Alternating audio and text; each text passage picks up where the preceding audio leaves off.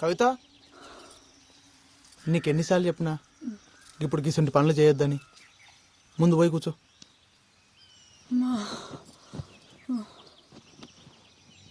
పొద్దంతా ఇంట్లో కూసని యాస్ట్ వస్తుంది.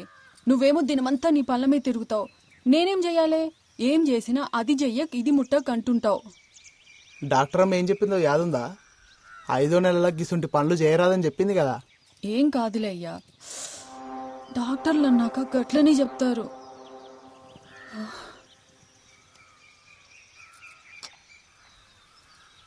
బోనాలకి చీర కొనుక్కుంటా అంటే పోదామా? పా. మా అరే ఏమైంది? ఏమైంది కవిత? కవిత అమ్మా,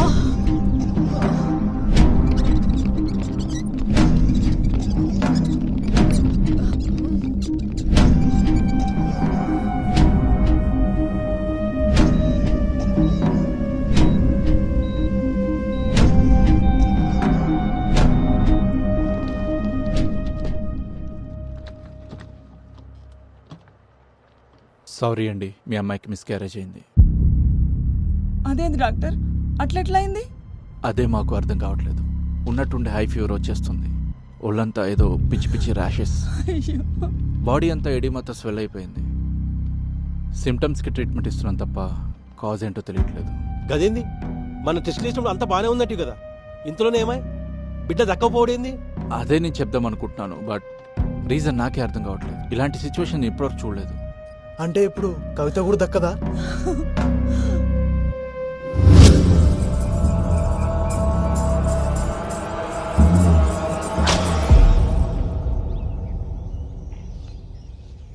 నమ్మశక్యంగా లేదు. రేణుక అవతారం ఇట్లాంటివి చేతబడిలో చాలా అరుదుగా ప్రయోగిస్తారు. చాలా శక్తివంతమైనది కూడా. అంటే అమ్మాయి బ్రతకదు. అంత ప్రమాదకరం ఈ ప్రక్రియ. ఎవడు చేసిండో దొరకబడచ్చా స్వామి? చేతబడిలో ఆరితేరిన వారు ఇది ప్రయోగించగలరు. అంత తెలిసినవాడు తనని తాను చీకట్లో ఉంచుకోవడం ఎంత చెప్పు?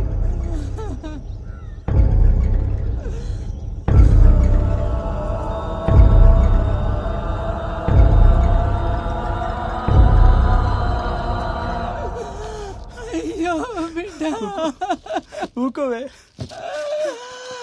రమేష్, రేణుక అవతారం 4 దశల్లో చేస్తారు. అందులో మొదటి 3 ప్రత్యర్థిని చెప్పడానికైతే ఆఖరిది మాత్రం ప్రయోగించిన వాడు తనని తాను కాపాడుకోవడానికి. ఇది చనిపోయిన వాళ్ళ చితి దగ్గర చెయ్యాలి. ఏంటి సామి అది? అమ్మాయి చితి దగ్గర దాని చుట్టుపక్కల జాగ్రత్తగా గమనించండి. వాడు దొరుకుతాడు.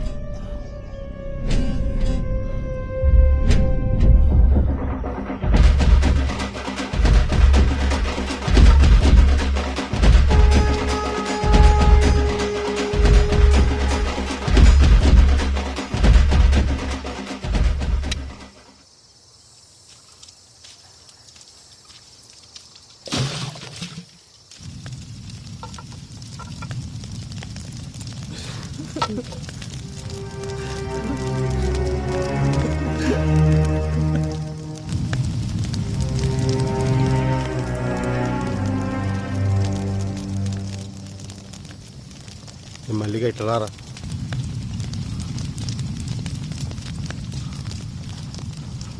చెప్పన్నా, ఇదేందన్నా? రే, మాకు సాయం కావాలి. మేము ఆ గల్లీ చెరువు డబ్బకాడు ఉంటాం. ఈరోజు రాత్రి మా చెల్లి చిత్కాడికి ఎవడన్నా వచ్చిండో ఎంబడే మాకు ఫోన్ చేసి చెప్పు. ఏమైందన్నా? ఇవన్నీ అడగ, అందుకే నీకు పైసలు ఇచ్చేది. ఇంకా కావాలంటే తీసుకో. ఎవ్వడొచ్చినా ఎంబడే ఫోన్ చేయి. మల్లిగా అర్థం చేసుకోరు. కవిత పోయి పరేషాన్లో ఉన్నాం. పండగ కదా అని జల్దీ ఇంటికి పోకు, ఈయన్నే ఉండు. పోనీ, ఇది నా నెంబర్, దీనికి మెసేజ్ పెట్టు. అడవడో కానీ దొరకాలే,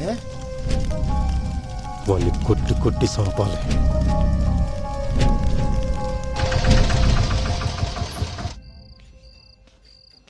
పోరడేడి ఈడనే పోత్రాలు కాని పోయిండు.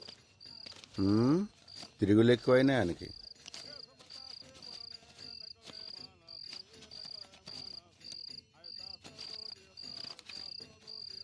ఏం తీయాలి తక్కువ వచ్చినాయి? పండగ రోజు ఎవడెక్తాడే? అదేనే ఏమైంది? రక్తం వస్తుంది. ఈయనే పడ్డా. నెమ్మలంగా రావచ్చు కదయ్యా. పండగ పూట దెబ్బలు తింటివి. అసలే దినాలు మంచిగా లేవు. నాకేమైతుందే? మీ మొగుడు హీరో.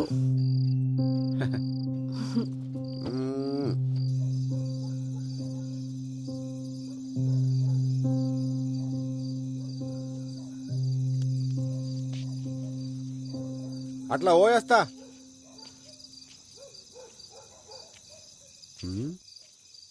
చెప్పులేడున్నాయి, ఏడ పెట్టినా అమ్మ బల్జీగానే ఉన్నాయా?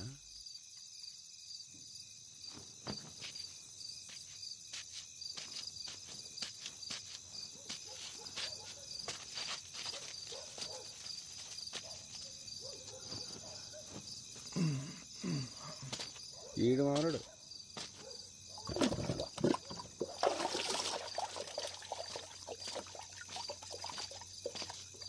ఇప్పుడు ఎవరిని పట్టేయాలా? ఎవరు దొరుకుతాడు? రే మళ్ళీ ఏం చేస్తున్నావురా? ఏం పండగ పూట కూడా ఇంటికి పోలే? పోతున్నా. ఎవరిది? మంచి అమ్మాయి అన్న. దేవుడు అంతే, మంచి మంచి వాళ్ళనే ఎగుబడిరా.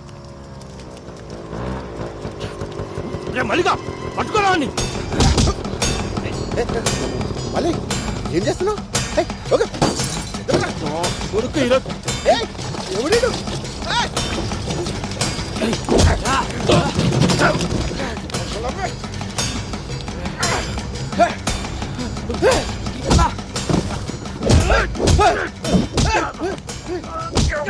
ఎందుకు కొడుతున్నారా? నా చెల్లిని చంపుతావురా?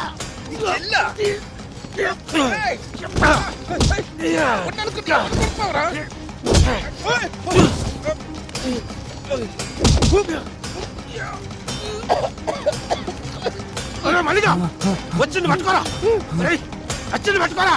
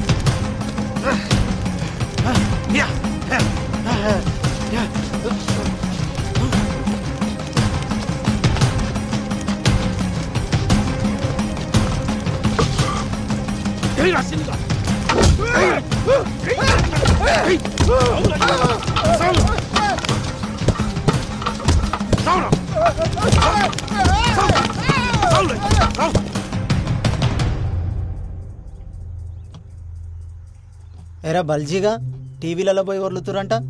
ఈ ఊర్లో ఉండాలని ఉందా లేదా? సార్ చూడమ్మా, నీ మొగుడు చచ్చిండు, వాళ్ళ చెల్లి చచ్చింది. తప్పే వాళ్ళదైనా అయిపోయింది. ఇప్పుడు జరగాల్సింది చూడు.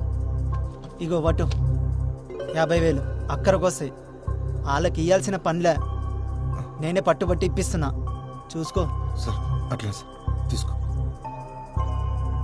తీసుకో పర్లే.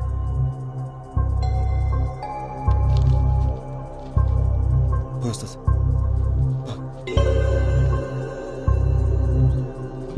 ఇంకా టీవీలలో ఆ లొల్లి బంద్ చేయర్రి, పోండి. అట్లానే సార్. అరే నడు.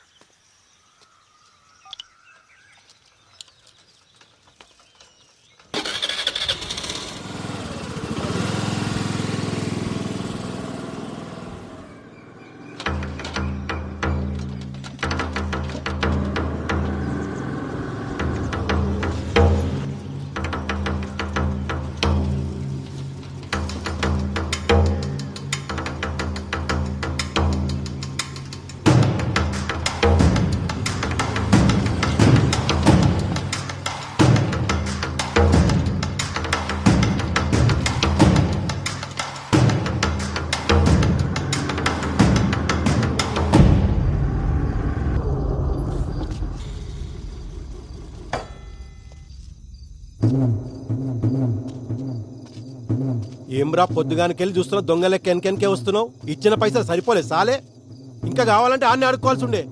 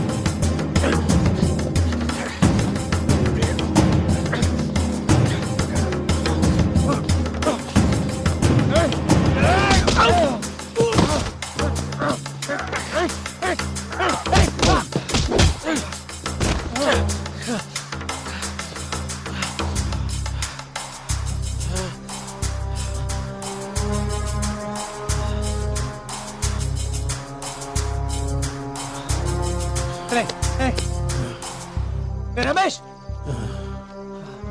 50,000 ఎందుకు ఇచ్చిర్రా?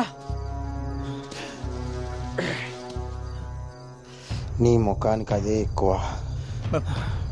మా అన్నతోని నీకేం సంబంధం? మా చెల్లి జోలికి వస్తే ఊరుకుంటావా? సంపి బొంద పెడతాం. మా అన్న మీ సెల్లి జోలికా? నువ్వు చూసినావా? కనపడకుండా సీకర్లో చంపాను కదరా, చేతబడి చేసి. చేతబడా? మీ అన్న లెక్క చేతబడి చేసుడు రాక సీదా పోయి మొగోళ్ళ లెక్క చంపినాం. అయినా అర్ధరాత్రి పూట శ్మశానంలో పనేందిరా మీకు? పిచ్చి నా కొరకల్లారా.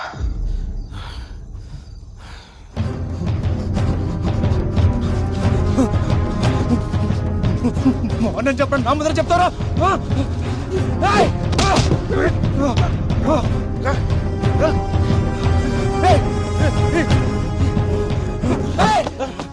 మీ ఇష్టానికి మానపడం ఇస్తారా? ఒక్క మాట చెప్పరా, మా అన్న చేతిపడి చేసిందని చూసినావా? నీకు తెలుసా?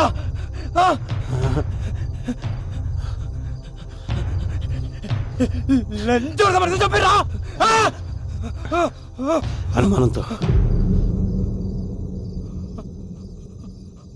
అనుమానంతో సప్పుడెందురా?